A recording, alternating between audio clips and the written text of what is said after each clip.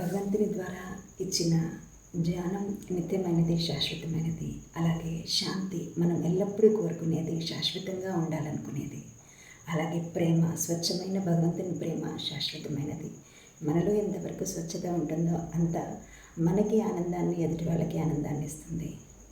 ఇంకా స్వేచ్ఛ, భగవంతుడు మనకి అందరికీ ఆత్మకి స్వాతంత్రం ఇచ్చారు. అది శాశ్వతమే. ఆత్మస్వరూపులు శాశ్వతాలే. ఇక మోక్షం శాశ్వతమా?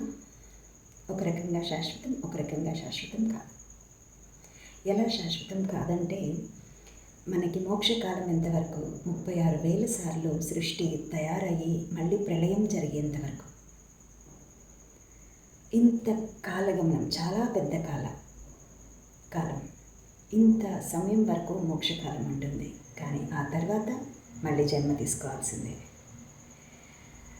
మరి శాశ్వతం ఎలా అయింది? ఇలా మనం నిత్యం ఒక చక్రం